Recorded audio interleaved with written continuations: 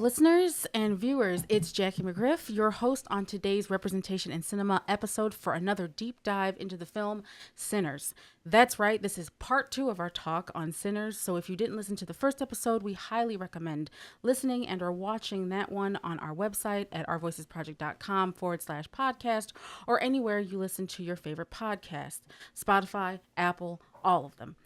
We're calling it our Black as You Know What or Black AF episode because it had to be us breaking this film down. Thanks again to Ryan Coogler, the team at Proximity Media, and cast and crew for this one. This film is truly a gift. Before we get into today's episode, we want to remind folks that we are a production company. That's Our Voices Project. And you can find out more about our films on our website at ourvoicesproject.com. If you'd like to be a guest on our podcast, you can email us at info@ourvoicesproject.com. Please note that while we welcome all, we prioritize hearing from Black, Brown, and Indigenous folks, especially since this podcast is about highlighting the films, centering and telling authentic and multifaceted stories of Black, Brown, and Native peoples. Now, there's a lot to cover with this film, so we're going to quickly introduce our guests and then head right into the discussion.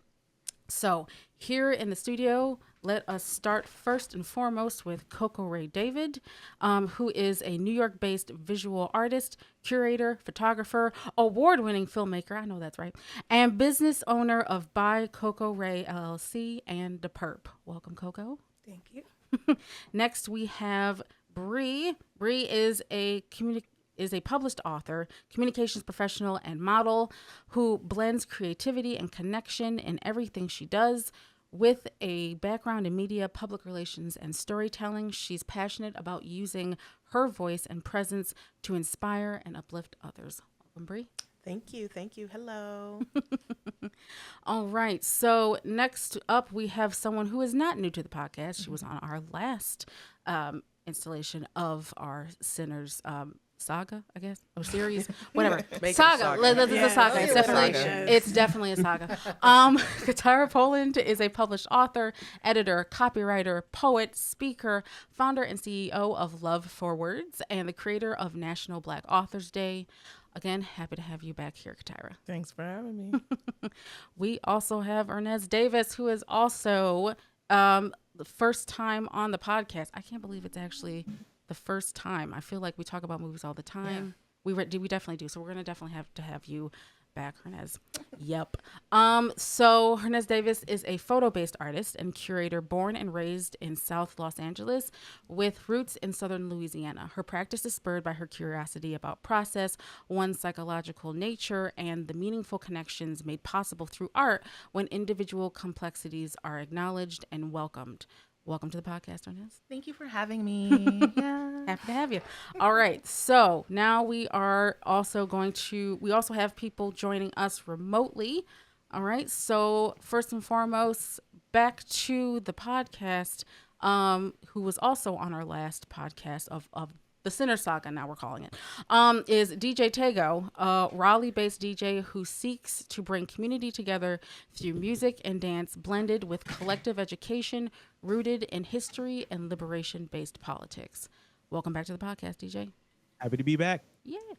And then we have 2 more newcomers to the podcast. We also have joining us remotely Heather Thompson, who is a psychology student and mother. Welcome to the podcast, Heather. Hey. And last but certainly not least, we have Iasia, who is a filmmaker. We're happy to see and have a fellow filmmaker also joining us on the podcast. Welcome, Iasia. Thank you. Yes. All right. So now that we've got all the introductions, it's on to the film. For our listeners and viewers, Sinners is a horror adventure film written and directed by Ryan Coogler, starring Michael B. Jordan playing twin brothers, Smoke and Stack, returning to their home in the Mississippi Delta in 1932 to start a juke joint. In reuniting with family, friends, and neighbors, they gather a crew of entertainers, one of them being their younger cousin, Sammy, played by newcomer Miles Canton, who has an incredible talent that not only brings people together, but also attracts an evil force that dares to rip all of that apart. The film also stars Wunmi Mosaku, who you may know from Loki or the series that should have never been canceled, Argue with Your Mama, Lovecraft Country. Yes. How'd that talk? Exactly. Mar Miller, Delroy Lindo, and Haley Steinfeld. So, if you haven't watched the film already, you can watch it now in theaters. I believe it is back in IMAX as of today. Is it in select theaters though? Yes. Okay. Very select. See, not fair at all. See, Not I fair don't at all. know. I was ready. I'm just ready. However much IMAX is, I was going to pay it this time. Listen. Like, I was so ready. They're only behind. I think it's like 85 million. 85. Yeah, 85 million. Right, to reach. What is it like? I think 300 billion. 300. Yeah, which would move it past Avatar at this Right. point. So we can do it, but you got to bring it back into more theaters. Right. Okay, Yeah. just saying. Anyway. If you haven't watched the film already, please, we highly recommend you watching it, especially if you can find an IMAX theater near you. But from here on out, we'll be discussing the film in depth, so spoilers ahead. And as always, you have been warned. Okay, so the first thing that we usually ask folks, and of course, we have a few people who joined us the last time. So my question to you, this is going to be a two-parter.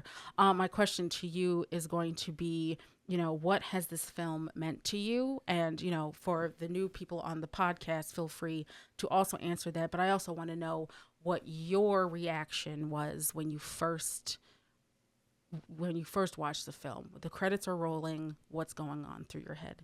Coco, I'll start with you. Well, I'm thinking. I had like a artist existential crisis, because I was just like, oh my gosh. And I was really inspired. Like, I can't stop talking about it. Not only just from like, What? no, I'm sorry I have to do this, because I know you're not my professor anymore. I'm your colleague. So Oh. sorry. No, but a part of the process of like making art and like sitting on it and kind of like researching everything, like this was like to me a master's level of like filmmaking, and for me it was very inspiring. Like storytelling, it brought back, I feel like it just grounded me to myself. It made me think about my younger self, reading, listening to books, here storytelling, visual storytelling, especially as a visual artist, like how to move a story. For me, it brought me back to when I was living in Charleston, like working down in on plantations and the slave dwellings, and thinking about the history with that, and even seeing, in the movie Slave Dwellings, like the accuracy of like folks living on top of each other in slave dwellings and stuff like that. And then it made me think about being from Rochester, like I said earlier, my beef with not having IMAX here for us to see it. I'm like, we're Rochester, like how the heck you're breaking down film, you're talking about the process and everything. And I feel like sometimes we always get like the bitter end of the stick with stuff like that, I mean, I know there'll be other things, but it's like, it inspired me to my core, for sure. And it gave me a lot of mixed emotions, but it made me feel. That was something I like about it. It made me feel. Bree, how about you? Yeah, I think I was in awe after, just stunned. I love vampires. I grew up Twilight. I was a Twilight girl. I was a hard Twilight girl. And that love of vampires, whenever I can see that kind of lore, I love it. So to see it so enriched in history and education, right? So teaching us small things like the idea that they were paying with slave money still, that start that we were supposed to have gotten, we never really got. And when you know that part of your history, you start to understand so much of why things are the way they are now, why your family is why they are the way they are now. And it just makes things make sense. So that educational part of it all, and just learning so much, just from the little bit of time in the movies, I feel like I'm always antsy. I'm not a huge movie person. I like movies.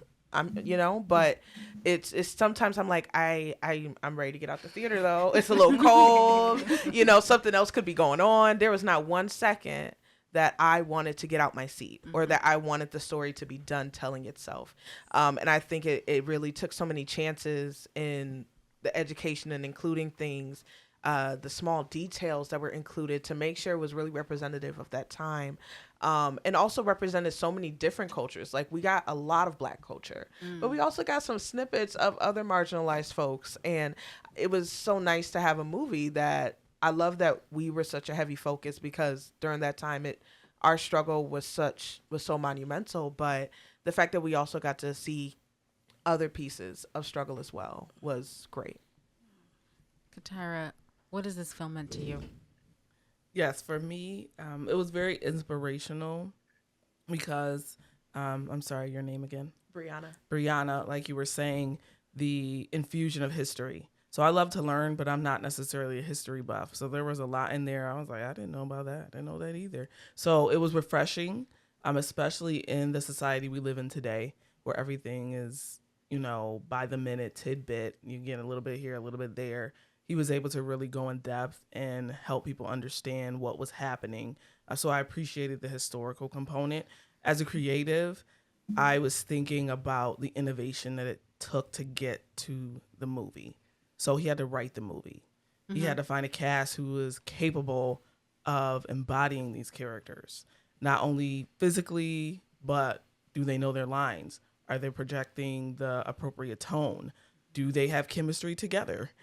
So for me, for it to go from mind to paper to screen was very just inspirational for me. And I love to see creatives in their best light, in their best spot. So I am a silent artist, which I define as like a writer editor. So I'm behind the scenes, but I definitely appreciate the visual arts and performance. And I just really love to see, or I didn't watch any of the like interviews leading up to it or any of the behind the scenes, but I would have loved to have seen that progression and just imagine how much, energy and passion and love went into that from paper to screen. That just really blew my mind. Hernease, what was going through your mind as the credits rolled? Oh my gosh. I will say this. I had a lot of complicated feelings about this film. And it's funny that you say as the credits were rolling, because seriously, as the credits were rolling, because I love to sit at the end of all films. I wait till the very end, till it's dark and they turn on the lights. And I'm glad that I did, because there's, spoiler alert, there's so many end credits. And so I'll say my complicated feelings really were complicated by the ending of the film, the many endings, I'll say. And so so I went on a roller coaster of emotions because I thought there was just so many powerful moments in the film. And then there are a lot of things I left wanting more of. And it wasn't necessarily a criticism. And I'll say it started off as a criticism where I was like, oh my God, like, why didn't we get more of this? And what's going on? And that was mostly a response to the overwhelming response that I was trying to avoid before going into the movie, because I didn't want anything spoiled. I didn't even know that Michael B. Jordan. I didn't even know that Michael B. Jordan played twins, because where I saw it, for some reason, how it was being projected, it was a digital projection. The coloring, I felt like they were lighting one of the twins' face enough where they didn't look like twins to me. And it got a little further into the film where I'm like, oh my God, no, they actually are twins. And that I didn't even know that. And so I avoided everything, and I had different expectations for the film. And then watching it, there were just certain things that went up and down for me. And I have more to say about the ending and the many endings of it. But what has happened is since the first viewing, I've since watched it again. I wanted to see it projected in film. And I think it was like 2 weeks between the first time I saw it and the second time I saw it. And so it's been a slow burn. It's not a perfect film. And I think it's working in really interesting ways through the culture and also through the actual story and the way things are told. But also because of the histories that it's touching on, it's just kind of unfurling in ways that is really, really fascinating to me, despite all the problems I have with the film. So, yeah. Iasia, what were your thoughts as the credits were rolling? Really, I left the movie feeling pretty proud and happy.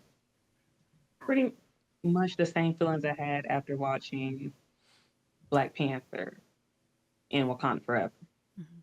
You know, to see a cast of primarily Black people on screen telling a story like that, or a story where we're heroes, is really inspiring. Mhm. So I went with my mom, and we didn't even know they were going to be in credits. We were getting up at our seats, and we saw all the other Black people sitting in their seats. We're like, oh, wait. There's some other scenes about to happen. And since we left off on that scene with Stack and Sammy and how that ended and the choice of music they played, I think it was a mix of sadness, but I don't know, I was content with how it ended. Mhm. Heather, how about you? Same question. What was going through your head? Oh, excuse me. Um, I was very proud. Like throughout the whole movie, I remember going in and when it started, I hadn't I hadn't seen the trailers or anything. So I just went in and I was like, "Oh, I heard there's a movie with Michael B. Jordan and he's gonna be a vampire." So I didn't know anything about it. And so when it started and I saw 1932 Mississippi, I automatically was like, I hope this is not like a slave movie. I just remember thinking that because I'm just kind of done seeing Black history always come in that area of our history. Mm-hmm. And so I loved how they showed uh, the joy Mm-hmm. and the community Yes. and the togetherness. Even like the beginning scene after that jump scare where Preacher Boy is showing the day before and how he came in the Mm-hmm. house after work and everybody's playing, the kids are playing, the mother's doing the laundry, but there's love and there's joy and there's community. And even when, they drive down and Stack gets cornbread and they're picking the cotton, there's still this sense of pride and community. Like it never came off as this sad, woe is me, oh, look at what they've done to us. Like the whole movie was Black people Mm-hmm. proud, Black Yes. people strong, regardless of what time it was. And I loved that. And then that music scene Mm. gave me chills and I cried a little bit. Once that Yeah. once the guitar came in and they showed everybody around like the future, the past and all that.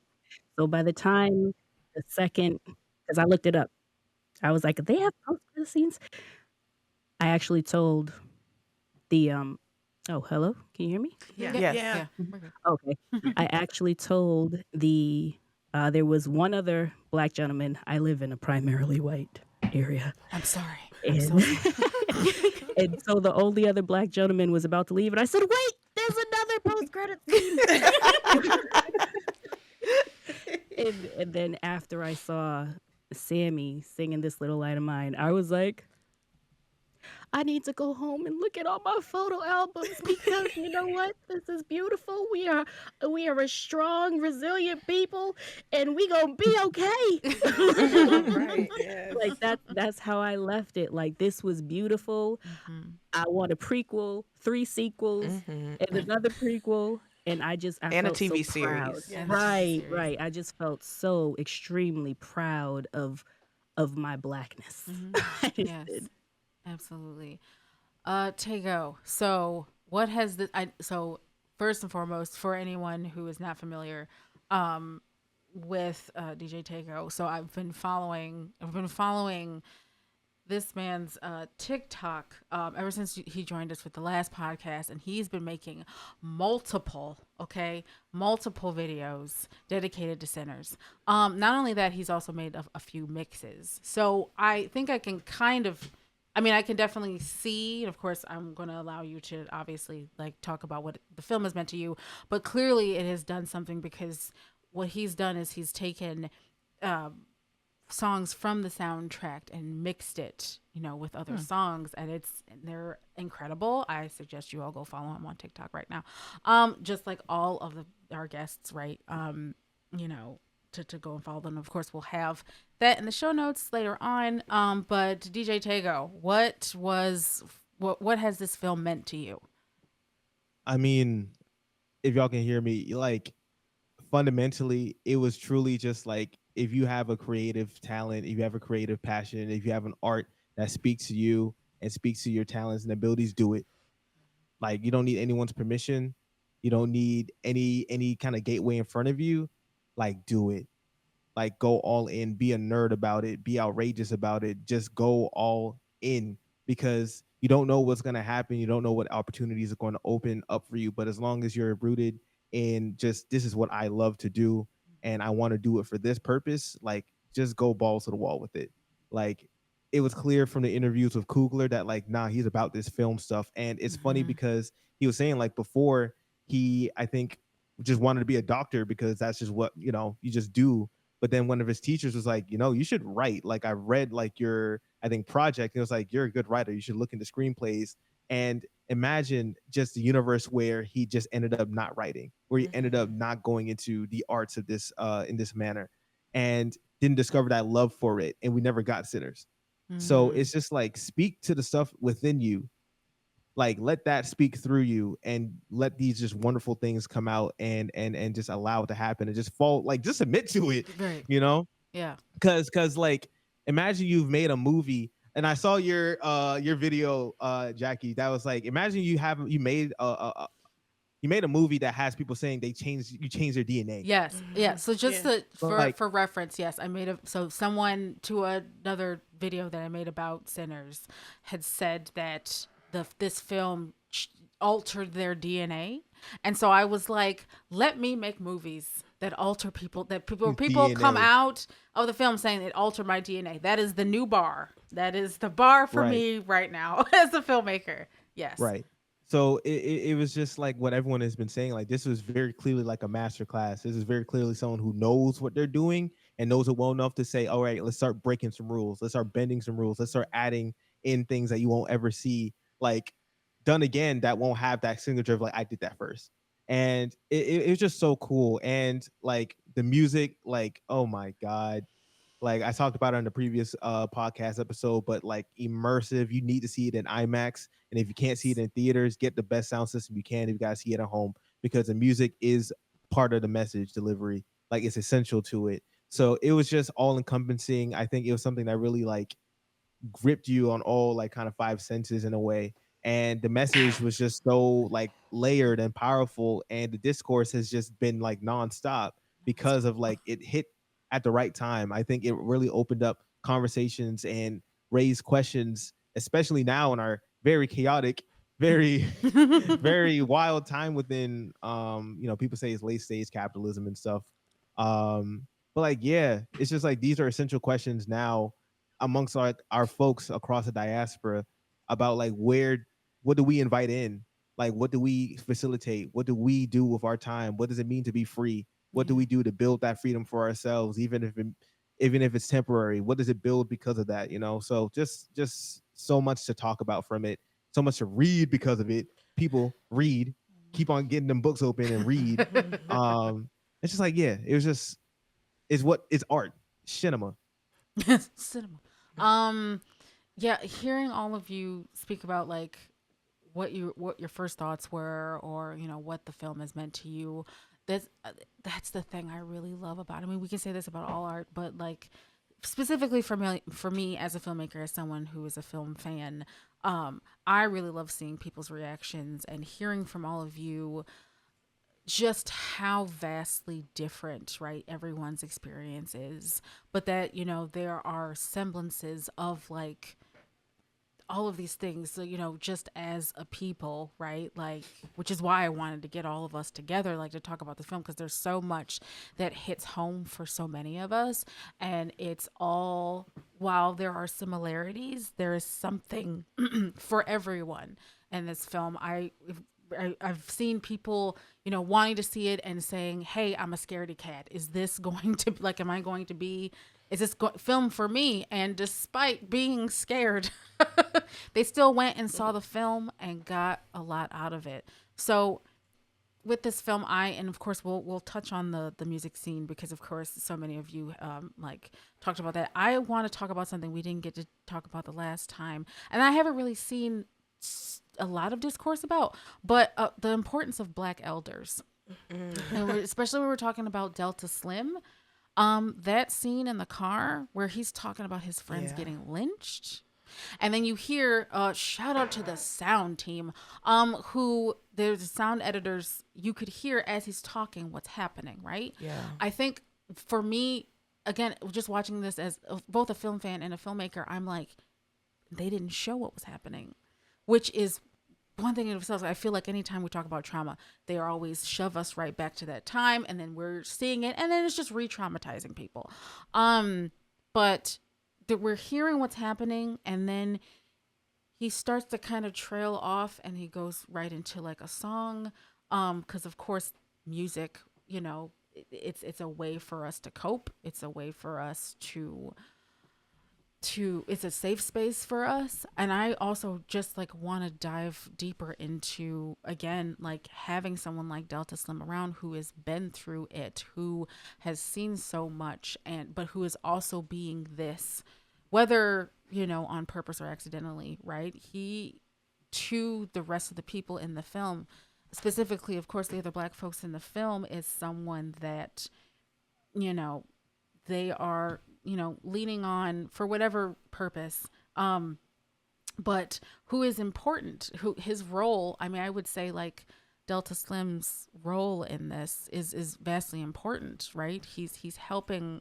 others. He's trying to impart wisdom onto the other characters in this film. So I want to talk about, again, like the importance of our elders.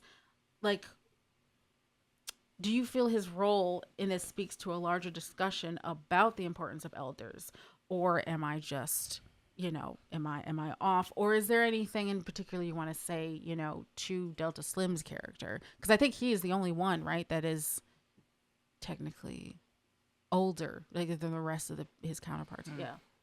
What do y'all think? Oh, you just hit a wound for me, low-key. I'm sorry. No, which is important. And I like that you asked that question, because for me, I guess he's an important guide. Like, so when I went to see this movie, I saw it once, and to be honest, I've been kind of going through a lot from watching that movie just one time, because I've had like epiphanies and stuff with it. But around the time I went to see it on the anniversary of my thesis opening, and thinking about my grandmother, and unfortunately she passed last year, and and even thinking about the symbolism of spirituality and guides, and even for her, she was really big in the church. Like, one of my yoga friends said she was like a spiritual guide for me. Like, she really helped me ask a lot of tough questions with myself. So seeing the movie touch on stuff like that, even for Delta Slim, like how even him kind of going into that, him like going back to his roots of like consoling himself. And I'm glad they didn't show the part of the lynchings, because it made me think about my grandmother, who she died at 73. Like, she was born in 1950 in Charles, South Carolina. During her teenage years, she was very active and vocal in the civil rights movement down there. So how she passed on a lot of that stuff to me and my siblings, like music, Negro spirituals, stuff like that. The National Black Anthem, how much that was so vital. Like, some kids don't even know that song. Oh, yeah. So like how important elders, especially Black elders, are in the community when it comes to transition of time and hardship. So for me, it was, I was a little emotional watching the movie, thinking about my grandma and that. So, yeah. Anyone else want to add? Yeah, I definitely want to add to that, because so Delta Slim is as are all the characters in this film, very complicated. Yes. And so I think what my mind goes to when we ask that question, and I always think about how you know, no one was essentialized in this film. And Delta Slim starts off as someone who is not supportive, who is territorial and not interested until he was given something. And along the way, though, as we get to know him, he opens up about why he is the way he is. And it makes me think about how, you know, in my family, and I feel like all of us can relate, who are descendants of slaves, we have really complicated relationships with the elders because of the trauma that passes through lineage. And I felt that through Delta Slim, but also I have relatives who have passed away, who I think about, who I love dearly, who were complete assholes sometimes, who were people who made me laugh harder than I've ever laughed before, who I couldn't trust with certain things, but who, you know, I miss all the time. And that moment in the car when they pass by the chain gang, and he tells them he knew all of them. It goes back into his history as a traveling musician. Like, why is he just on the corner, working daily at this one place for not that much money at the train station, busking during the day, and then not really and looking for work, but also for always putting his money into alcohol, and even that is explained to us. Going into the blues, I thought, what an amazing way of talking about the origin of the blues showing us without telling us. And also I'm an artist, and also full disclosure, Coco was one of my former students. That's why at the very beginning, Coco was like, look at me. But I make hums, and where I use my voice and I layer it on top of each other, and I made those hums as a way of soothing myself, and then learned over time that it is a way that you can soothe your nervous system, not knowing that that's what I was doing. I just did it out of impulse because I needed to be soothed. And also the history comes from my grandmother, who was known as a hummer. She hummed all the time. But also that sound, the sound of the lynching, you mentioning that, Jackie, made me think of the movie Zone of Interest. Did anyone see that film? That's on my list. So Zone of Interest on my list also uses sound in a really interesting way, sound of trauma, sound of genocide, actually.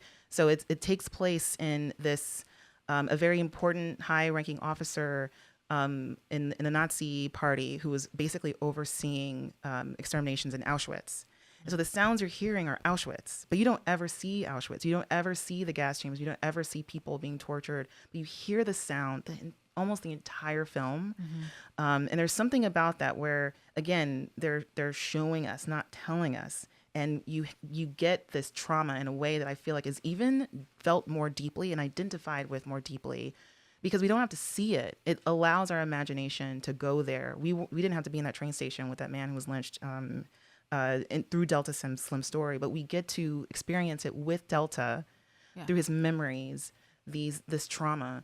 And there's just a layer of that I think is, again, like, it's relatable in a way that we can feel it in our complicated, and I'll say my complicated relationship with my elders, who I love, but are not perfect for very, very good reasons. But still are people who, are very important in showing us who we are and where we've come from. So. Anyone else have anything to add? I think one, shout out to Delroy Lindo. Like, he is my favorite. Like, when I found out he was British, I was hurt.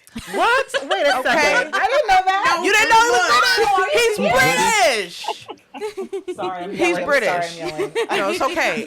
That's what I did. No, that is what I did. That's what Because that man plays Black American trauma and Black American men so well. And it's just, what is it? I also just watched him in Unprisoned, right? Have y'all seen Unprisoned? I haven't, but I've heard. He plays a father who's coming home from prison after leaving his daughter when she was like 10. And he was in prison for the rest of her life, or not rest of her life, but up until then, for about 15 years, and left her with her white stepmother to raise her.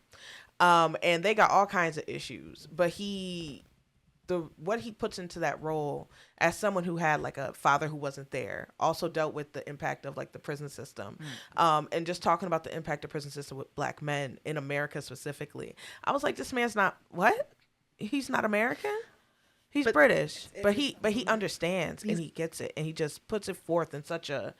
It's in the diaspora though. Like he's right. not Brit, but it's right. in the diaspora. Right. And that's and it's the same roots. And that goes back to Sinners, right? Because it shows us we all have these shared roots of people that we will never ever know their names and we will never know what their lives were truly like, but they tie us all together. And I feel like that's what his role really, it bridged that gap of a time when these people that he's around will not know that because they weren't born yet. You know, he has memories that they could never fathom. And of course he shared one that of course was really traumatizing, and that's only the tip. We don't know what else that man went through, bearing his life in alcohol as often as he can. He obviously is fighting some demons bigger than we can even fathom. And I think that was a juxtaposition. The only other person that we see around like older is Sammy at the end. Right. When he is a successful musician who's able to realize the dreams of Delta Slim and his ancestors. And I think, and he now is that elder, but look what he went through in the piece that we saw. So I think he really, Delta Slim played such an important role. And just in that, the fact that scene of him humming was improvised. Okay. That I didn't It know. was improvised.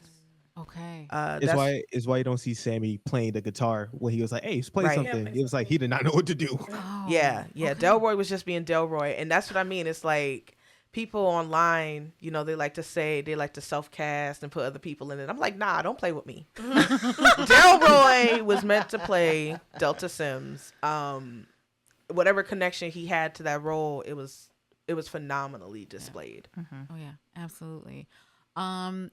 I want to go into the music scene. And then, of course, I have other things I want to get into, of course, after that. However, cannot let this podcast go on without talking about the iconic scene that everyone is talking about, where Miles or Sammy breaks out the guitar and you start seeing, and of course you hear in the background, I believe it's Annie with the voiceovers talking about how this gift, right, that Sammy has brings out both, the ancestors we have from the past and also the future. So, yes, let's talk about it. Let's talk about, your thoughts, your feelings around it, how it made you feel, what was going on through your head.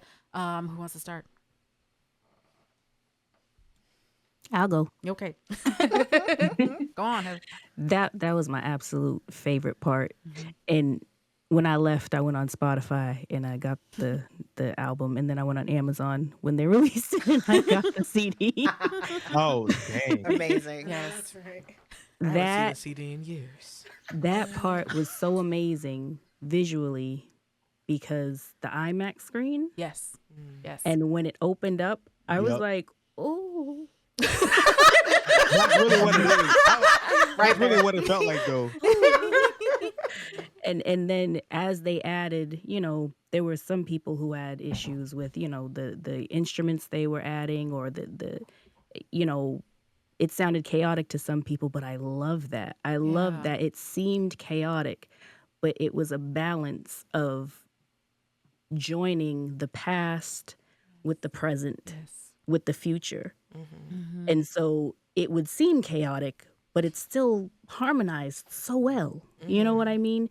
And then my favorite part, and everybody gets on me for this, is to see I don't know what tribe it's from, but we saw African dancers doing the girl in the shells, and then they kind of veered over and you saw a girl twerking, because I've had this soapbox stance that twerking is not inherently sexual. It is a dance. Yes. Yep. And we dance. We have rhythm. It's in our blood. And I love the comparison, the connection of look, you guys, this is what we do. This is who we are. This is what we come from. And I just thought it was so, my grandmother was with me and she didn't understand it because she's half deaf. But I thought it was just a beautiful blending of culture, times, music to get that point across. And then that last note when the fire starts burning from when he summons the vampires, basically. By mistake, not on purpose. Yeah, by mistake, right. But that, I had chills. I wanted to stand up and clap, but again, I live in a primarily white neighborhood and I did not want to scare anybody. But I was like, can we just rewind that 1 second? I just want to hear it one more time. Right. It was absolutely beautiful. It was cinematically, I think, it was my favorite scene from any movie. It was beautiful to see. And then they had like the Asian dancers come out as well. Absolutely. And I was like, oh, I just recently started watching K-dramas, so I want this shit, right?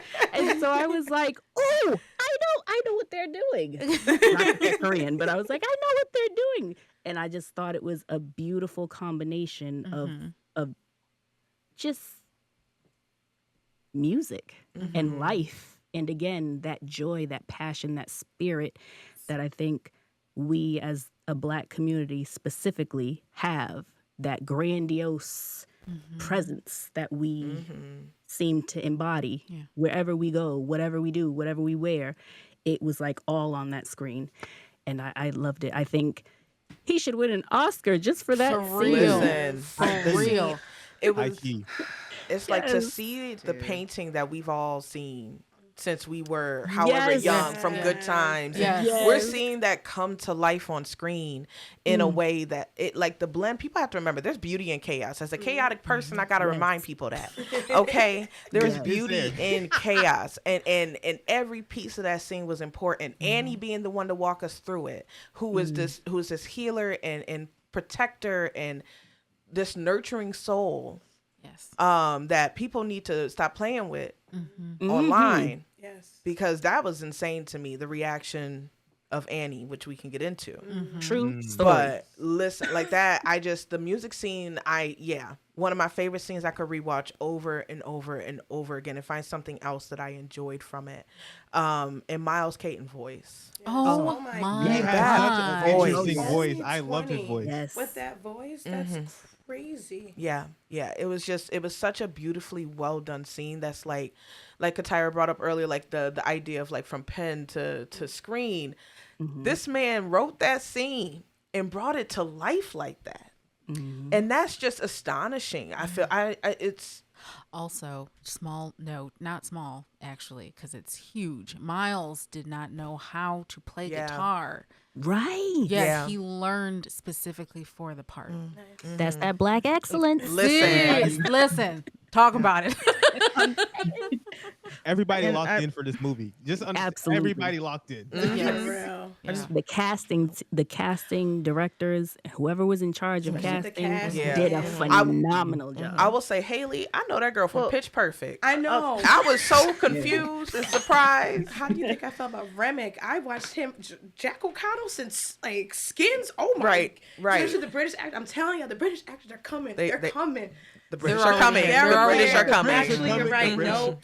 Yo. Nosferatu, Monkey Man. Oh like, my gosh, come on they're now. already here. They're already here. Spider-Man. Well, Seriously. So, and I wanted to, because I wanted to say something about the dance scene, because there's something that, the person who just spoke, what is her name again? Heather. Okay, thank you, Heather. So Heather reminded me, it's not that scene, but it's the other scene when, oh gosh, what is Sammy? We're the getting the love Irish interest of jig? Sammy. Oh. Pearline. Pearline. Oh. Love me some Pearline. When Pearline starts singing, and there's that other Ooh, music yeah. scene, that is, and to me, it reminded me of those paintings that we all have, or maybe not we all. I'll say like I had this painting in my house growing up.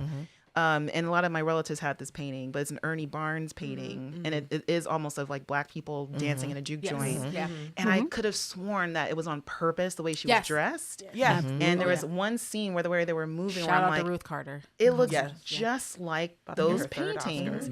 And so, but I was thinking about the word chaos. And I think I've been really interested in people's responses to this because I think that's also what's really interesting, how this movie is working on people on many different levels. But I didn't think chaos at all with that dance scene.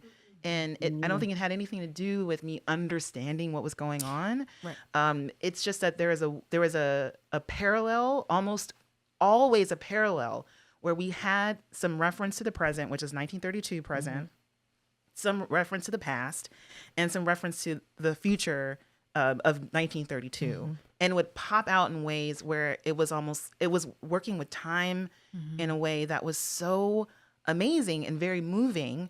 And the way we kind of circled around the dance floor, this is how I didn't want to really look into any spoilers, but I know that there is a video about how the cinematographer shot that scene. It is very difficult to shoot a scene like that, and I don't want to know, but I am actually very interested in how they choreograph that, but how we follow each other through, and then you hear the references in the music as well. But I also think it's really interesting people's responses to this, in like, negative or critical, or I would say like internalized shame over certain things, where there was because I'm from LA, and there were Bloods and Crips were represented on there, and I've been going through a whole other thing with rap music and hip hop. Thanks to Kendrick Lamar, and I grew up. No, should I say? I grew up in a neighborhood where there are people I know who know people, and I grew up. I'll just say, and I grew up with a lot of stigma around that way of dancing, that type of music, and what's been happening is a lot of things have been happening where it's felt more safe to do certain things that you wouldn't do outside the neighborhood, and to see it on a screen. And I know Coogler is from California as well, so he has those references. It just filled me with a lot of just connection, and I will say in the theater I went to, there weren't many other Black people there, but when the Irish jig part came up, there's a man across the aisle who had my reaction. His reaction to that Irish jig was my reaction to this mainly African American scene on the dance floor. And I was just like, oh, this is just really fascinating. And again, like, my only issue is that I wanted more. I wanted more Chinese. I wanted more of those representations too. I wanted more in the Irish section as well. But also, a last thing is, like, the roof actually burned. Can we curse on here? Yeah. Yeah, they burned the motherfucking roof. The roof was on fire. And when that happened, I was just like, oh my God, like, does anyone know, like, the roof is on? Yes. They're letting this motherfucker burn. Burn, motherfucker. And I was just like, are you kidding me? And so when they're outside and it's burned. Yeah. And then, but it didn't really burn. Because I was like, wait, is it really burned now? But that flashback, but even that reference, even that was something that was like, the roof is on fire. This is incredible. So yeah. And then the white people came and messed up all the joy. Okay. And men are dangerous. Right. If white men are dangerous. If that wasn't a scene, like just seeing them see these folks be happy and joyous, It's like, and be like, I'm gonna go fuck it up, and it's just You're never really alone. Okay. When you're Black, you're never alone. For anyone who knows that sound on TikTok. Another note. So when you're talking about, when you mentioned Ramek and you had to come and mess it up. So when I looked up, I was trying to look up like the other songs. So like the Irish, songs, or specifically actually the song Pick Poor Robin Clean. So like I think that's the first one that we're introduced to. I looked this up. It is actually, it comes from us. It's a black song, Black American song. And the reason, so Ramek is singing that when he's approaching the people in the juke joint. And to me, that just, I mean, there's so many layers. There's so many layers packed into the film. But the fact that Remick is singing a song that he knows that Black folks are going to know. He shows up, right? Cleaned up, dressed up. I heard tales of a party, right? To try to get into the juke joint. And then just to add the layer on top of that, to be singing this song because he knows that Black folks are familiar with it. Just another way of again, trying to use someone's culture, use someone's music in order to get an in for your own selfish and destructive purposes. Oh, go ahead. Sorry. The whole the dramatic irony of that whole scene. Yeah, I loved it because I was just they don't know that they're literal monsters. They don't know that they're literal vampires, but it's still you're not coming in here because we know the monstrosity of this white supremacist system is always just gonna mess us up. Because he was if we look at them funny, if we step on their shoe, if they get mad and they call up their boys in the clan, it's raps for everybody anyway. So it's already just yo. We don't even know that you're literally going to try and eat us, but we've already been burned by this system and this monstrosity. And it's the dramatic irony of hey, this is a killing house too, that they literally bought from clan members. People have already been brutalized and died in here. It's just just layers and layers upon that. And then I didn't even realize Pick Poor Robin Clean was a Black American song too. And he's all right saying, hey man, I'm gonna take y'all shit. I know you. I'm gonna take you. Yo, I love the audience knows what's going on. And it's just y'all get it too, though. Y'all see it, but you don't see it, but y'all see it. And you're get out, get from here.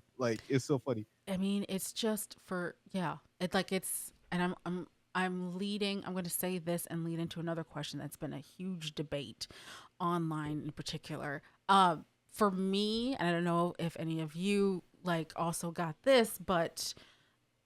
A big theme. There's a number of themes, but a big theme in the film that I felt, was just out there was stop inviting people to the cookout. Please. Stop inviting people to the proverbial cookout. What's up with ginger people are Black? Oh no, let's what does that mean? It's a new trend. That was a joke. On the socials. That was just a joke, and then people didn't understand the joke.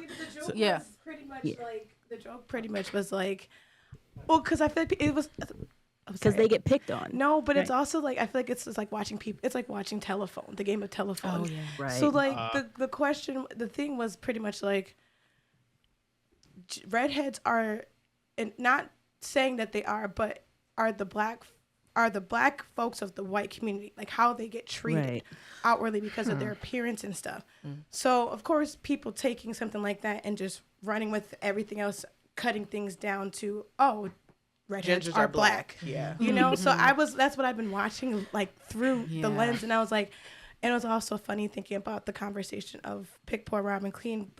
That part I learned the fact of him singing that song is so funny because that song came out a year before, not even a year before. What? Yeah. Okay. So the conversation of appropriation. Right. So that fact that he sang that song at the door. Does he know that song because he ate someone who knew that song? He stole the memory. That's the real question. Yeah. That's what I'm saying. Look. I wanted to add to that and say that the same thing they did with using the music to try to befriend, the Black group, they did with religion. So at one point, the one who was it was the two men, and then she was the woman vampire. I think she said, this is a community of love. And I'm like, how many times do we hear that and we know better? They use certain language and words and terms and coins to make it sound. Yes, exactly. When in fact, we know that's not the case. So, it's nothing new. It's something that's been done, but seeing it on screen and just seeing those examples of how people can appropriate and try to cause harm with this facade or this costume that they're there with love and good intention. Yeah. All were welcome with Remick because he was racist? Me? The Klan? Nah, never. He was offended. Legit. I people up myself. Klan? I think he had a moment because the other two were Klan members, and he has their memories and thoughts in his head. So he was right. So he specifically said, sir. Like he was offended. How dare you? He was like, I bit them and they will not be They've been converted. Don't worry. Oh my goodness. What? All right. Big question. Because the reason I say big question because it's been a bit of a debate. Here we go. Was Grace in the wrong? Yes. Yes. Okay. Somebody said it. Yes. Okay, I just want to say, We had options. I Okay. understand Context. why she did it. Okay. I'm not Absolutely. hating, I don't understand, but it was still wrong. Okay. I will say. Wait, did anyone else have anything to say before? Okay, because I saw this before I saw your question, Jackie, Yeah. before I saw the movie the second time, Mm-hmm. and I thought about that at those moments. Yeah. And honestly, they put Grace through a lot. They did.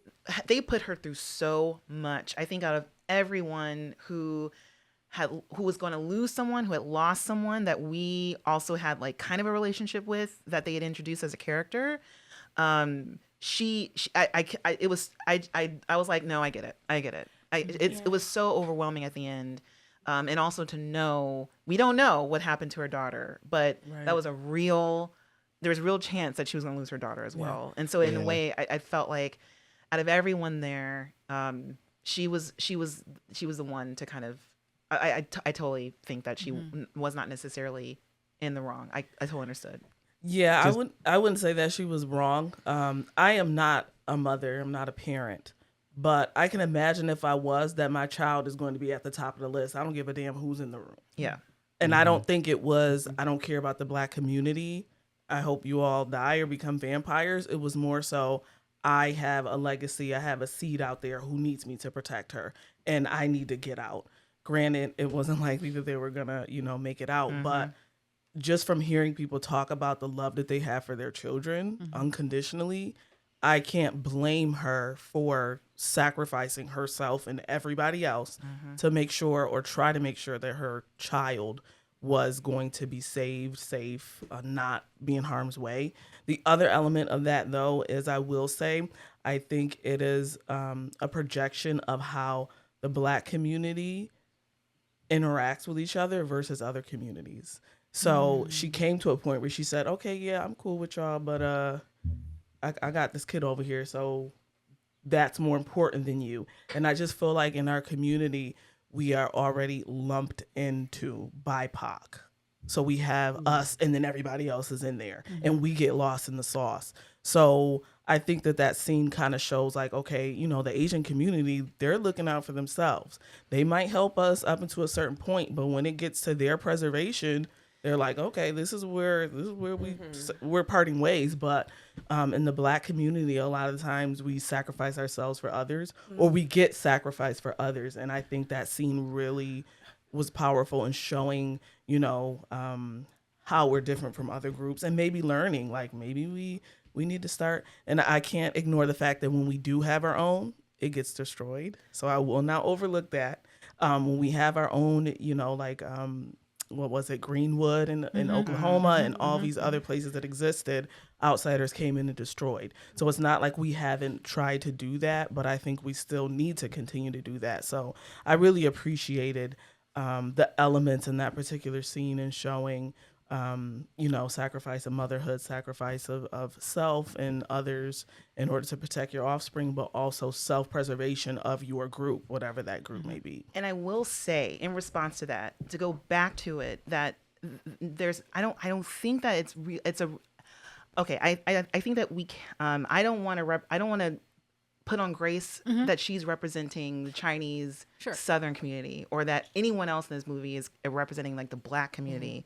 Only to say, to go back to this character and what was done to her as Grace, as losing her husband, seeing him as one of the vampires who was so seductive at that. Those threshold scenes were so painful because they were so seductive. And then here it's just, and also so successful in seeing how how difficult it is to stay inside, to see your loved one talking and sounding just like the person that you love who left, who you know is dead. And also the scene of Remick talking to her in Chinese. Yeah, no one else could understand. That's true. No one could understand what he was saying, but she could. And so in that sense, it's not about self-preservation as like, fuck y'all black people. It's all for me. It's like Grace. I've lost my husband. I might lose my daughter. And here's this man threatening assaults of my daughter. And it's just the response of a human being of something that is so overwhelmingly wrong. And yes, a violation. That's so intimate and so deep that why would we expect her to be rational? Why? Why would we expect her to have a rational response? Like her response to me actually was rational. And if you want to, have it as to its logical end. And also, in a way, it's so specific. So many of these characters were specific, where it's like, yeah, I can't relate to that. And so, in a way, all I have to do is step back and just kind of trust this is the decision that Grace came up against. But also, I think it's also that thing of taking us outside of making a general thing and appreciating just how well written this whole scenario was for this particular character as an individual. I will also say I don't know if there it is. And I'm glad you both said that because I agree with you both in that because I was like, I'm an older sister. I don't have kids. My sister has kids, so I understand that innate situation of not say fuck everybody, but my kids and stuff. But I'm also saying even for me because I had to sit with my own stuff. I'm like, maybe I'm not mature enough for this, to sit with this kind of conflict and everything because I was also like, well, this is not saying what happens, but when we bring people into groups, and especially because I get what she went through was rough, like really rough, but I was also like prior to when everything was already shifting, especially with Stack, like they're ready to go, right? And I was like, dang, the switch of, well, this is not my problem, this doesn't relate to me, to oh my god, now this is my problem, this is really hitting home type stuff. So like I like that mix of conflict in that storyline because, and the thing, it took me a while because I was so frustrated with that scene. I was so angry. But when I sat and really thought about it, I was like, her name's Grace. Her name is Grace. You know what? And to add to that, so when you said Grace, because I was thinking about it earlier today, so the movie is called Sinners, and what does it always say in the Bible? By grace, the sinners, so sinners are saved by grace. And I'm grace. And I had to sit with that. I was like, or not, right? No, or not. No, for real, I had to really sit with that because I was like, I have been in situations where I had to as an older sibling, protect my siblings. Right. That's the biggest role as an older sibling. Don't come home and see without that, Right. So by nature, I couldn't understand because I've been in those situations where I had to protect a sibling just off of bat, not even thinking. It's just moving, So that's why I was like, okay. I was gonna say, oh, sorry. Yeah, I was just gonna say the entire. Oh, my bad. Actually, no, you haven't spoken a bit. You got it. Yeah. Oh, okay. I'll just make it quick. I totally agree with what Coco said. I don't have any kids either, but I do have a nephew. And horror movies, well, the whole genre is my favorite genre. I watch horror movies a lot. And I'm not going to say I'm not loyal or anything, but as soon as things get rough, or if I got to choose something, I'm out. And if it's a family or people I'm just hanging around, I'm going to choose family. That's all. We all see the memes. We see the memes about black people in horror movies. So we're like, why following the voice? We're going home. Right.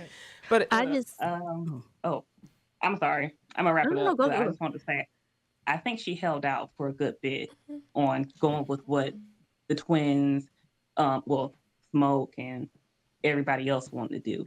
She was like, okay, you say we can just wait a little longer, I'll wait. And she tried, but she had a lot on the line. And maybe how she was acting towards the twins and how the things they do made people think she was kind of it was like a racial betrayal. But I think she just realized there's some danger involved with them. So even though, I'll work with them, I'll do this for them, I got to keep my distance. That's all. Yeah. I think that, I think this is one of the underlying messages of the film because I don't know if they meant to do it, But I was like, is this one of those, the Asian community was dealing with the Black community very strongly, very heavily, until white people got involved. And white people and white supremacy literally was like, hey, we don't want you to like them. We don't want you to get along with them. Nobody can get along with them. So come here. We're going to give you loans. We're going to let you buy property. We're going to let you own stores. And that literally put in the disconnect between the Asian community and the Black community. And so when I saw that scene, I was like, no, would they? Because as a mother, the first thing I thought was, I'm not going to tell them to come inside, because then if they kill all of us, who's going to protect my baby? We got to plan out what to do. We have to plan how we going to kill all these people, because we got to kill all of them before we leave here, because they know where my baby is. That's what I thought as a mother watching that. So when she called them in and then immediately died, I was like, and you see why we don't do stuff when we don't think and make a plan, especially when we have babies. Do you see? Went out in a literal blaze of glory. Literal blaze of glory. Yes. I do have a note about, so Heather, what you were saying about the Chinese community. So there is I think it's 8 minutes. It's an 8-minute documentary by Al Jazeera about Southern Chinese in the Mississippi Delta. I see that. And okay, yes. And so for everyone else who is watching, listening, so as I would definitely say, go and watch that. Like I said, it's only 8 minutes, but it's packed with a lot of information. So because the Chinese community at that time, they were coming, I guess, so when enslaved folks were freed, and I'm putting quotes around freed, when they were freed, of course, now those enslavers or former enslavers didn't have people to work the land, so they brought over Chinese Americans, and Chinese Americans because they were looking, or Chinese folks, they were looking for opportunities, for jobs, and of course what they ended up doing was obviously, or not, maybe not obvious, but they would charge them, or they would give them, smaller wages. But because, they were willing to, do whatever work, they took that. The thing is though, like, they weren't allowed to be where, white folks obviously were. And because they're not white nor Black, it's trying to find like your place, right? Because you can't, or you're not necessarily associating with white folks at the same time, like, because again, white supremacy is at work. You're now like, okay, you're in this community. What would happen is, so the specific family that they talk about in the documentary, they served both the white and the Black community. They had 2 stores, one on either side of the street. So that's why in the movie you see, there's 2 stores. The thing is, and this is what got me thinking back to like this question of, regardless of whether or not, Grace is this, representation of like cross-racial solidarity and all that. What got me thinking about that was the fact that Grace is she serves the white side of the community, and Bo serves the Black side of the community. Bo also, though, to that end, has a relationship with Smoke and Stack, more specifically Smoke. So it just got me thinking about that. And also too, the thing is, Heather, when you're talking about, white folks, they were offering, Chinese Americans, they were offering them property. They actually, I remember in that documentary, so for everyone else who's listening, they were not allowed to own homes. So a lot of them actually lived in their shops. And so, and the reason why they were able to, make the money that they did, even if it was a little bit, they thrived right off of, what Black Americans were giving them. But at the same time too, because, Black folks at the time were working as sharecroppers, a lot of them didn't have the money to be able to pay, things in the store. So often what would happen is there would be these agreements between, the Chinese store owners, right, and the Black community where they would kind of work, they would, pay in installments, right? They would give them store credit and do this. So it's this really kind of like complicated and not complicated in many different ways, like relationship. And we see things like that all the time. I just have one, sorry. Yeah.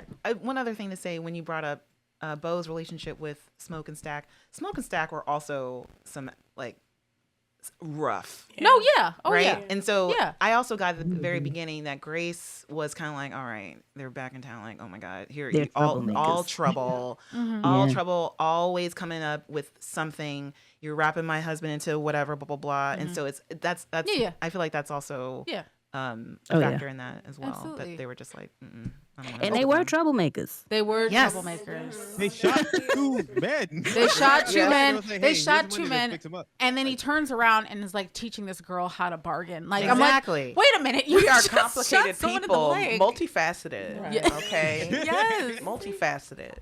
But I don't think that Grace like turned on them, or I don't think Grace was anti-black. Like there was a lot of No. sentiment of Grace being, oh well, she just wanted money from the black community, but she didn't really have any bond with them. I was like, she absolutely seemed to have a bond with them. When her and Smoke were going back and Yeah. forth to haggle out, it made me think, wait a minute, did Grace teach Smoke, or did Smoke teach Grace, like the little girl outside, how Yeah. to haggle? Like price Yeah. for money, Absolutely. because it paralleled that scene. Yeah. But Yeah. I didn't get the sense that Grace was like, Yeah. Yeah. screw these black people, I got to go. And I Right. know because it's this whole time was actually, well, not the whole time, but as we were talking and also during the film, again, I'm from LA, so I was alive during the riots, and all the small stores in our neighborhood were owned by Koreans who didn't live in our neighborhood. And of course, we didn't know about the systemic issues around that in terms of ownership and how so I'm saying we all know it exists in real life, that there is a systemic thing around who do we give access to, especially with property, in order to create these like class, racial, social divisions that are artificial, that wouldn't necessarily be there otherwise, with like, whatever. But that as I'm saying what I'm saying about the specificity here, but that this is also something that it points to, and it comes from like a real place that we all have experienced. Because even though, like, I remember I think about the riots where all of those stores burned. People burned those stores down, and even though they knew those store owners, the feeling was like, why do you get to own a store? Why are you in our neighborhood when you live in such and such a place? You don't live in LA, so yeah, it comes from a real place. Okay, so we will start. Of course, I want to keep talking forever. But a couple of things. A couple of things. One, and then we can talk about it. But I kept thinking about. I've seen memes about this, and I've just been loving. I've been loving all of it, but specifically because I know Bree, you said, and we've had these conversations before, and you stated how much you love vampires. I wanted to know, and then for anyone else who's watching Interview with the Vampire, by the way, you should be watching Interview Good with the show. Vampire Listen. on AMC. Quality That TV. is That's what I'm my saying. shit. Listen, Quality TV. quality. So I want to know, Bree, if Stack, because we're talking about like one state over, pretty much. Right. Would Stack and Louis, do you think they would get along? Yeah, I think them and their white girlfriends would have a fantastic time on the town. I think they would create a little coven. Oh my God. And they would have a great time. But I think Stack is a little, like, Louis is fake rough. I don't think he's rough. I think Stack is rough. Right, Like, he's right, working right. for Capone. Yes. He Yeah. out here stealing from the Irish Tommy and gun. Italians. Come Like, on. Yeah. I think Louis, like, a little spoiled at the end of, I think it's the last season. He's like telling the other vampires to come get him. And I'm like, you don't really mean that. Like, you don't really. He was taking care of him. He was. Lou, it's not that he's not strong and can't hold himself, right? Right. I think we do get to see Louis as a character who can hold himself, but I think he's also very You still got that easily human. manipulated. Yes. Right? Because Armand, thank you. Ugh. That one. Like, he plays the timid, the one that's being controlled, right? Like, Louis thinks he's controlling Armand, but Armand is controlling Louis the whole time. And the same goes for Lestat. Like he is easily controlled by a pretty face, and that's just a reality of Louis. So I will say that stack may be a little too hard for Louis. Like for real. Yeah. But in my dream world, it's a covet. Absolutely. Yeah. Oh my God, I would love that. Right. Yes. Wouldn't it be cute? Okay. If we can be real quick about this. Okay. I want to also, because we've gotten into a lot of topics, both heavy and not so heavy. Of course, it comes, with the nature of, well, I can't even say a film like this because there is no film like this. No. But can we please talk about like the funniest moments for you in this film? For me, I mean, there's many, but we all got to be kind to one another. I'm like, BS, cornbread. Like, what are you talking about? Right. I think what Mary said, boy, if you don't get the fuck out of my face. I love that. I said, I believe your half-black grandparent. It was all in there when you said that. Even with the one drop rule and everything. Listen. Nah, I felt that. Delta Slim was carrying the comedy. When Sammy was going in to check on Stack, he saw them, and then Delta said, "Oh, they busy." He wasn't shit for that. He wasn't shit for that. Yeah, I love that moment when he was basically like sacrificing himself. This Delta Slam sacrificed himself, and he admitted that Irish beer was so nasty, but he picked up and he was like, still nasty. So he's about to get eaten alive, and he's just like, terrible. I was like, oh my God, this is so. And I needed that because that was when it was getting real intense. I was like, no, Delta. But I loved how he went out like that. I'm gonna say the same scene with Cornbread at the door.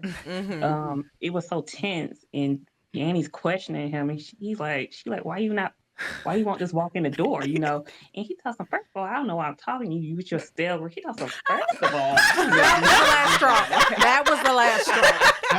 It was so random. He was about to say, smoke this man. What you talking about? I have 2 points. So my first one was, of course, when Stack turns into a vampire and Smoke answers the door. He's like, excuse me. He's like, nigga, is that you? Nah, it's Jim Crow. and that scene with that door, I was telling Jackie about this one. I said, that whole scene, I was like, why does this scene seem so familiar? And I realized, I feel like that's supposed to be an homage to Quentin Tarantino's scene in Django Unchained with the Klan scene where they're trying to get the mask and stuff on. Yeah. Like that whole comedic relief, and you're just like, bro, like, what are you doing? Get in here.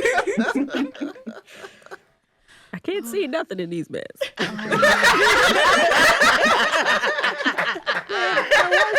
my God. Heather, what was the funny moment for you? I had 2, and it was I don't think this was supposed to be comedy, but at the very beginning, when the native dude, when she had the gun to his head, and he looked past her, he's seen the hood, and he was like, y'all have a good night. I laughed. Because I was like, they're gonna don't try to help them. And when they just left, I was like, that's right. Yep. Any games. God bless him in his native tongue. He's like, yo, you understand this. And then the cornbread scene, but when Delta Slim was like, what are we supposed to be doing? Because he seems so sincere, like, am I missing something? Like, what? There's fucking vampires outside. What was we supposed to be doing here? I thought that whole exchange was for that actor Omar Miller. Omar Miller. He is hilarious. I've been ODing on their interviews. He is a whole mess. Yes. Oh my gosh.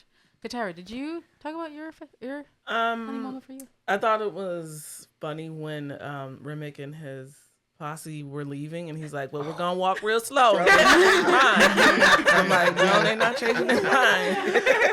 Looking back, like, oh my God, that whole thing they did with their guitar thing. Oh my God. And I was thinking about that when we're talking about the song and how that's supposed to ingratiate them to Black people. I'm like, but the way y'all perform it is ridiculous. And the choreography is really lame. But it's so funny. That was hilarious. DJ T.A.G.O.E. Funny moment. Oh snap! Funniest moment. Oh my god. I blanked. I was saying the one where Sammy was doing a check-in on Stack and Mary, and then Delta Slim was sitting there, and he was just like, "Hey, oh, they busy in there?" Oh, but there's another one. Shoot. Low key when Delta Slim was starting to act funny with the garlic. I think that was it was too tense to be funny. It was low key too tense, but I think low key with the garlic scene, it was Perline acting funny because I think it wasn't supposed to be funny, but everyone was just like, "Stop playing games right now." It was just like the collective, like, what is just eat it? I Like want to shove her. no, for real. It wasn't the time. It was not Exactly. the I'm time. like, come on. Like for real. Okay, a thing about Perline, which I don't know if it was it wasn't intentionally funny, but here's the thing. So for Perline, for a few people actually in this film, it was definitely 8 o'clock, and like let's just be real, we're all adults.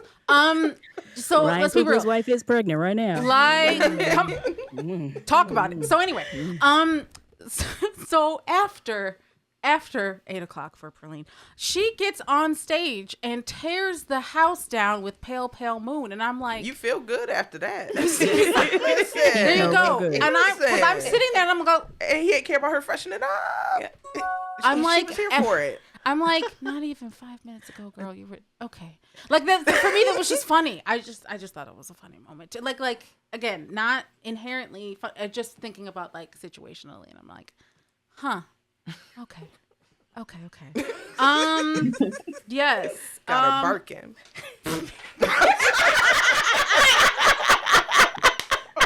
Drag it, and also on all fours across the stage. She was feeling it. Okay, some pep in her step. That's it. Well, he must have did a good job. 'Cause she Real good sacrificed herself for that man.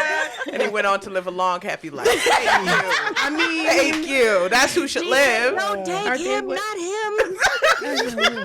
Oh, that was good. He was good. I feel so bad. He said, "Wrap it up." I know Sammy had to be sick seeing Perline get bit. Of course, with the trauma of seeing your families, all that. But it's just like, Damn. But I promise you, he had a whole house and kids picked out in his head. He was ready to live a full, happy life with that woman. She was married. Damn her husband. He ain't married nobody after that. I don't think her never husband was found out she was real, married for the for real. record. Yo, I don't People think been so talking either. about that. I don't think so either. I don't think her husband was real. I think she it was had. like, nowadays we say, I got a boyfriend. I think she was like, I got a husband. I don't know what you about yet. And then when she saw what he was about, after that, she was like, where's Sammy? Where's Sammy? That was her only line for the rest of the movie. I'm sorry, but like, where did Sammy get time to go around? Because what do you mean your first response to "I married" is happily? No, for real. He slick like that. As a preacher's son. There it is. Yeah. Right. Preacher kids, Right. PKs. Mm-hmm. Can't put nothing past him. Oh my goodness gracious. I wanted to, because of course we didn't talk about Annie. Okay, Yeah. I have so much to say about Annie. Me Same. too. Same. Okay. Extend All right. it. Let Extend it. it. Yeah, send 10-minute it. extension. So much to say about her. I wanted more of Same. Annie. Yes. I wanted way more hoodoo in this film, and so I go off on my whole little tangents, and that was one of the things that I left the first time I saw the movie. Leaving the movie going like, where was the magic? Where was the hoodoo at the end? I mean, we got some of it. We So got the mojo we bag. got the mojo bag. Right. We have inklings of it, and also I love the whole thing around smoke and smoke around smoke and how important Right. smoke was for Smoke and Annie. That at the end, I just thought that we had that amazing scene on the dance floor where we saw the ancestors, we saw the realms ripped open, and the levels that we got there. At the end, when Remick is basically just like, sign the Lord's Prayer with Sammy at the end, it was just mostly the conventions of vampire lore that came in the end. But I'm like, but where was that magic? And I feel like that was something that was held back. I didn't like that Annie died. I don't mind that she died. Fine, but sure, even people have to die, but with her, I feel like she was underused in her knowledge and underused in her power. And we were also set up at the very beginning to even kind of doubt that power with the whole thing with their child. So when Smoke was like, oh, this mojo bag protected me when I was overseas in Germany and when I was in Chicago, but what did it do to our baby? And her answer, like, I don't know. And I get the faith part in there, but I also feel like it undermined her magic. And so that was, oh man, I wanted more of her. Yeah, that's my rant. Yeah, I definitely think Annie deserved more screen time. I loved when she was like, don't let me turn. Like, kill me before I turn. Because I'd rather die and be with our child than to live this life. And I think my biggest thing with Annie was seeing, first of all, I thought that woman was beautiful since the moment I first laid eyes on her in Lovecraft. I've been in love with Wumi since then, and the love still carries on. So it really bothers me that so much commentary around that sex scene with her and Smoke. Oh, what? People, have y'all not heard people saying, oh, Nancy, I thought she was his mother. They're like, yes. Wait a second. Yes. Yeah. They were like, that's not his mom. That was so weird. Like, all God. over TikTok and Instagram. And it's so bothersome to me because I'm like, not one point did I think that was that man's mother. No. Yeah. Excuse me? It was weird. That is so wild. I'm not online. And it's like they're not used to seeing Right. thicker, dark skinned, tall, broad, but still absolutely gorgeous Black women be desirable. And I mean, they when she just said your body remembers me. I think that's when they knew it wasn't his mother.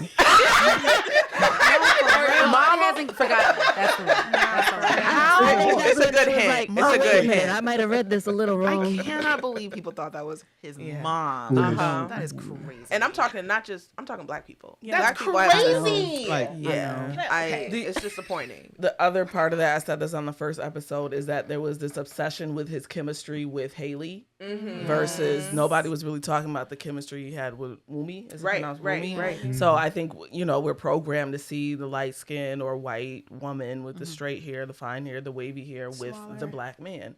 So to see she was potentially larger than him. I don't know if she was bigger than him, but No, they're the same height. Okay, same height. So to see again her dark skin, her larger frame, her hair, even her hair, just her wearing it natural. I think it's uncomfortable when you are faced with something you're not used to. We're not used to seeing that. So I'm not saying that the reactions were right, but it makes sense. Like that we're programmed to see certain people and it probably, ruffles some feathers, but that just means we need to do more of it. Yes. So that we don't have that reaction And anymore. I don't know if it means that we need to do. I don't even because we do it. We've done it, and that's But it's not mainstream. It's Right. Sure, but I feel like I don't know. I have complicated feelings around representation and how far representation can go because the problems there are so deep that I don't think it has anything to do with. We need to see this over and over and over again for it to be acceptable because there's so many things happening, and I see that, and I'm so disappointed that people thought that. I'm so disappointed, not only because is she beautiful, but because in the dialogue, in their rapport, in them talking, it's so obvious, and I'm like, it's interesting how people are not paying attention because she distinctly talks about their baby, their son. Right. What was he talking about? Oh, your brother? Like, does Smoke and Zach have another? Right. Like, that makes no sense But is at it all. like, do they tune out once the bigger dark skinned woman gets on screen? And that must be what's happening, where there is a cognitive dissonance with what is actually happening on the screen. And I don't know how much repetition or representation can do to fix that, honestly. That's real.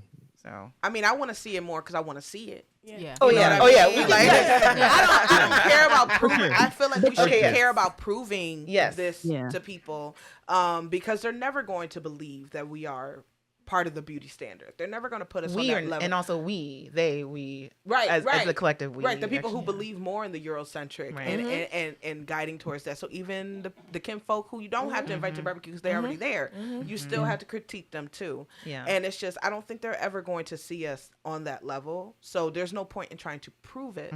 I want to see that representation for myself. Okay. All right. And for younger, dark-skinned Black women who are growing up and deserve to see themselves seen as desirable and loving and able to protect their people. Like I think she really serves such an amazing purpose in that movie. But I also wanted to mention I just wanted to say Perline was also dark skinned and I appreciated that as well. Stunning. So he did a good job with the casting. I think it's super quick. It's just very interesting, kind of like the discourse that we can have about media and about sinners specifically, and just how many like different bifurcations there are online, which is how people absorb and like talk about things, because it's just completely outlandish that there are some folks who would think like Annie is like their mom. Right. It's just completely outlandish, and that's not even something that came up to mind and everything like that. And it's just like when it comes to representation and just how people absorb it, like I'm so sorry.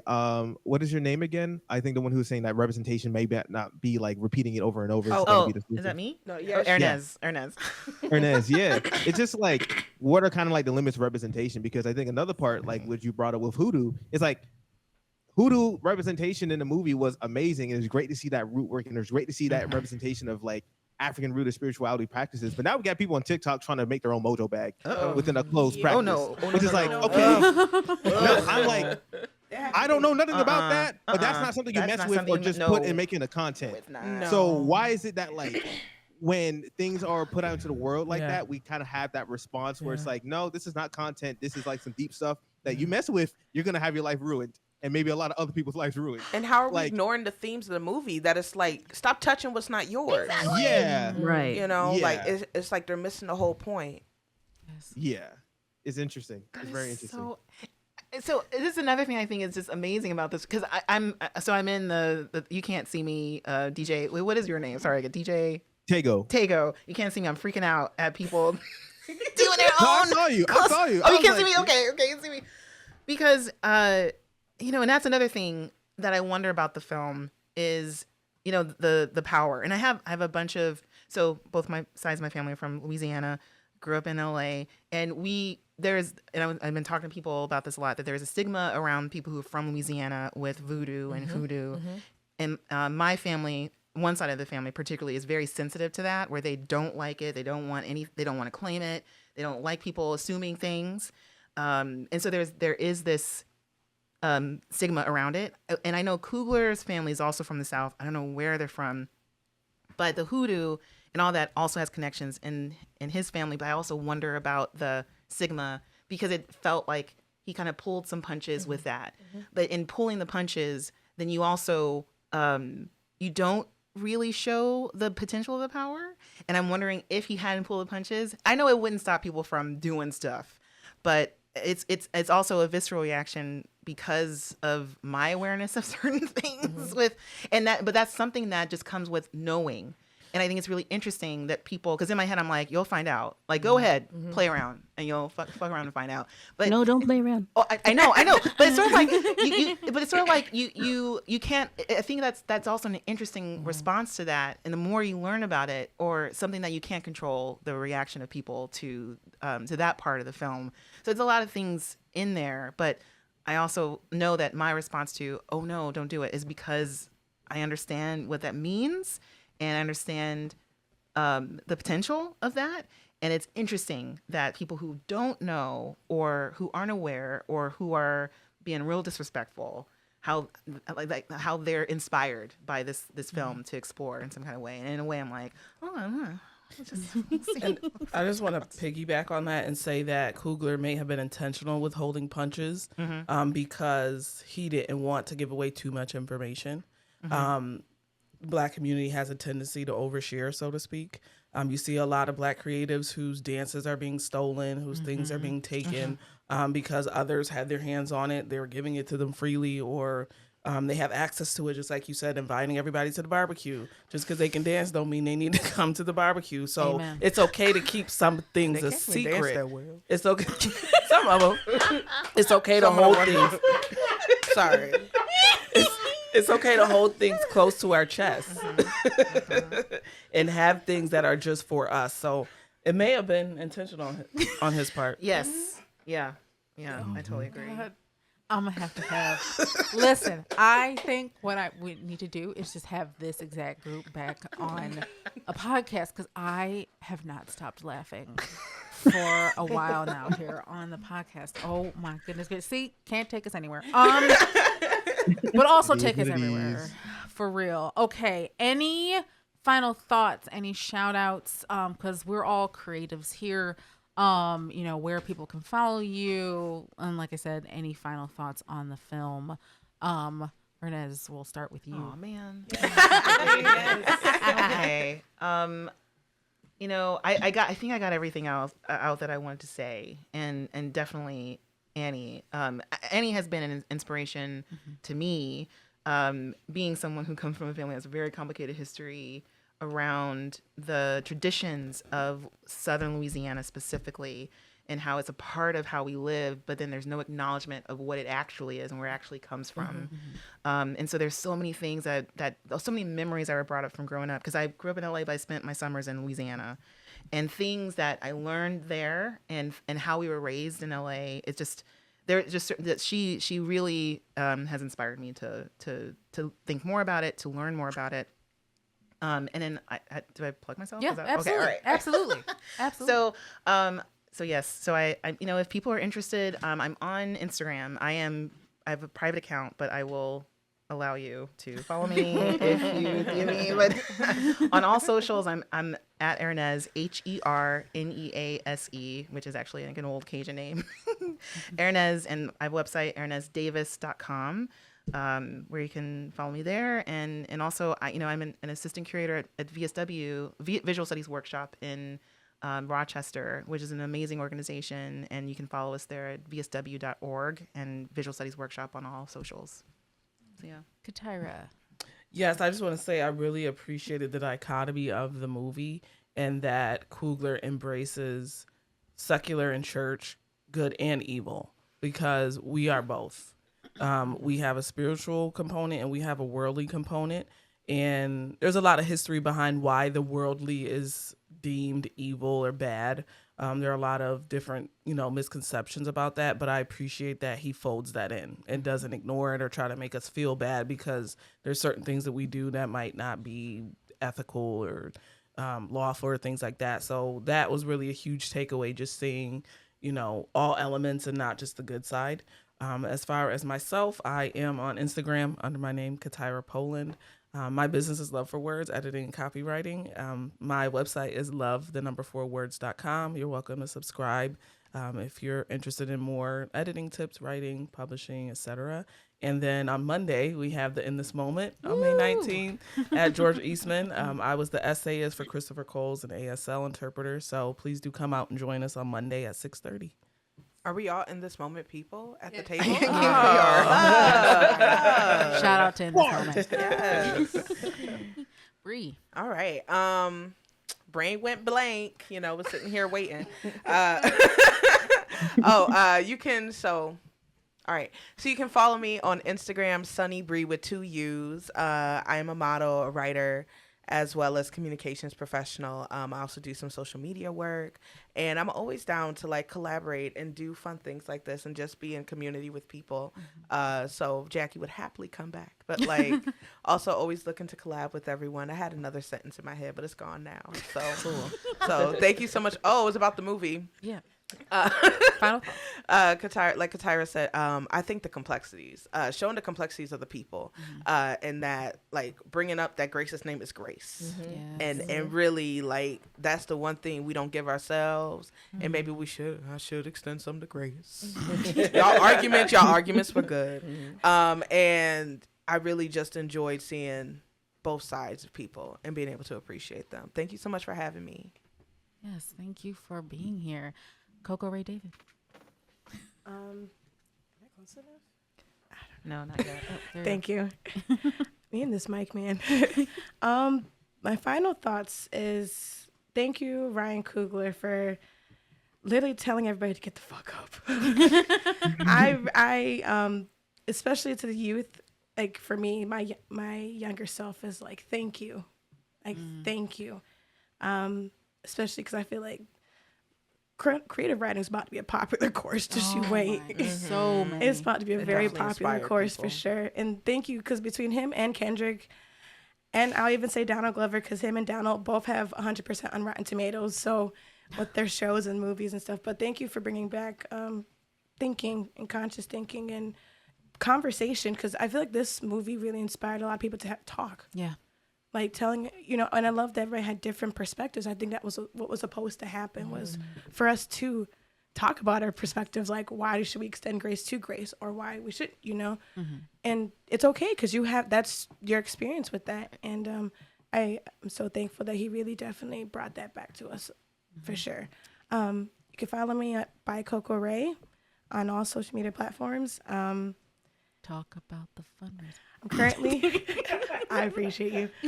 Right now, I'm currently campaigning a fundraiser to help with my studio space, The Perp, with sustainable resources and accessibility for creative artists and creatives, as well as yoga instructors, because I just became a 200-hour yoga instructor. That's awesome. So I'm all about creating space, and just like Ryan, creating conversation and healing, because I said this is the last thing I said. I feel like this movie broke a spell. That's what I felt. I feel like after this movie, I was like, why am I so fixated on this movie? I'm like, I think this motherfucker broke a spell. He really did. So thank you. Yes. All right. Iasia, final thoughts. Where can we find you? I think I'll just end it off by saying I really did enjoy the movie. I'm still thinking about it constantly. It's top of my brain, listen to the soundtrack all the time. And I'm really happy Ryan Coogler made this movie, because I feel like maybe somebody said it earlier. I feel like when it comes to movies created by like Black people, whether it's the screenwriting or the just directing in general, it follows one story. It's either slavery or it's a story where, I'll just say Tyler Perry type stuff. And Yes. I'm glad. Yeah. By the way, when I say I'm your biggest hater. Thank you. Yeah. When I say your biggest hater. Sorry, continue, Iasia. You can keep going. But I remember I used to talk to people about this all the time. I'm like, why don't we ever go into like sci-fi or horror more, or all these other type of genres? So I'm really happy that Ryan's doing it, because I feel like we could do such a great job in those areas. As far as social media, I am more of an observer. I don't post much, so I'm sorry. It's all good. Heather, final thoughts and where we can find you. My final thoughts are, I love this movie. The lump sum message I got from it was, even in your imperfections, you deserve life. You deserve life, and whatever that is to you. You don't have to be perfect to get it. You don't have to be perfect to deserve it. You're here. You deserve to live a life how you want to live a life. None of these people in the movie at this point got to really live the life that they deserve to have. And that was the freedom that I took away that they lacked, because they didn't understand that I deserve life how I want it to be. Stack didn't have that choice. Smoke didn't have that choice. Annie didn't. And so it was a good reminder that we're full of life and we need to live life regardless of how imperfect we are. And don't find me, but I have a page on Facebook called Women Uplifting Women. And it's just a page because about 12 or 14 years ago, I was very sick of the whole narrative that women can't get along. And so I made the page to try to just speak positivity into women, from women, just a positive place where no cattiness, just women who uplift each other. And that is on Facebook. Oh, and I'm working on a Makia documentary. Woo. Which there's a poet named T.A.G.O.E. He wrote this poem called A Black Woman's Smile. And he gave me permission to use it. And so it's a documentary called Angry Black Woman. And it just basically is an outline of Black women from the time they got here in this country as enslaved Africans to today, and why that angry Black woman trope is so dangerous and hurtful to us as a group. Gosh, where can we follow that along as well? Oh, I don't know, because I didn't make anything. Listen, you have creatives, you have a few filmmakers on here. Yes, Heather, let's talk offline for real about Okay. that. Yes, Absolutely. Anywhere else that people can follow you? No. No, not even on TikTok. No worries. No, I have an IG. I have an Instagram. Hold on. I have an Instagram, and it is hold on. I'm on it now. She's finding it. It's JL Vanksbell _127. Okay. Thank you very much. I will put that. I'll put all of this in the show notes for people to go back and be able to follow everyone. Yes, absolutely. And last but certainly not least, DJ T.A.G.O.E. Final thoughts on where we can find you. Yeah, so I'll start off with where you can find me. You can find me at DJ to the TA to the GOE everywhere. Pretty straightforward. I try to keep it up on Instagram and TikTok. But yeah, Sinners, I think, is definitely a movie that Coco, you said it perfectly, actually. It broke a spell. I think Sinners absolutely broke a spell because it got us to focus on something, especially in an economy and an ecosystem where we're constantly bombarded with 24/7 just anti-Black stuff, like classist stuff, just all the stuff that makes us feel bad and hate. It just messes with our self-image, like how we perceive and work with each other. Sinners was a movie that truly had us united on one, ranting about a good movie, but also had us thinking. Always has us using our brains, always had us reading, always had us going back into the history and connecting with our past, our present, so we can actually create the future that we want to see. We're seeing the work of someone who loves creation. We're seeing someone who wants to work to create something for his community. And the main message of it was, do not get distracted. Do not let this temptation and these things that seek to destroy us in. Build something for your people. Even if you don't see the end results of it, take the time, because that investment is going to inspire other people later on. Because how many people, even if we are caught back up in the spell, because the discourse cycle, I think CIA put us into a real blitz right now. There's a lot going on right now, and it's just like, dude, what happened? But for the people who have managed to keep the eye on the ball, how many people have been inspired to like, no, we got to focus on creating something for our people? How many more spells will be broken in the course of that work? Let's focus up. Let's build. Let's make sure that we are being us, because we're people of the drums. We're people of music. We're people of rhythm. We're people of art. We're people of such beautiful things. And we live in a world that wants that uniformity of white supremacy to destroy all that. And it's like, we can say no as long as we're working together in community and keeping up with each other. We don't have to succumb to it. We just have to keep on being us and working on it together. So long-winded thing short, this was amazing. Let's just keep on creating beautiful art for our people and keep it going. Awesome. And I think that is a great note to end on. I want to thank all of our guests, both here in studio and virtually, for joining us. Anyone who also tuned into the live, I really appreciate, again, going back to the guests here for a second, just giving y'all flowers. You brought so much energy, so much insight, so much encouragement. It's really just been a joy to be among all of you. So thank you so much for that. And also to our listeners, we will put, again, all of the info where you can find all of our amazing guests in the show notes. So when we do that, please go find them. Thank you all for your support of Our Voices Project and our Representation in Cinema podcast. You can find us on YouTube, Facebook, Instagram, TikTok, and Blue Sky, and at ourvoicesproject.com for more information about what we do. Sign up for our newsletter there. 2, to be the first to get notifications about new podcast episodes and new projects. You can listen to this episode and others under Representation in Cinema on any of the platforms listed on our website. So that's Spotify, Apple Podcast. And you can also go to listen on our website at ourvoicesproject.com/podcast. This has been Jackie McGriff, your host on this episode of Representation in Cinema of Our Voices Project. As always, thank you again for listening.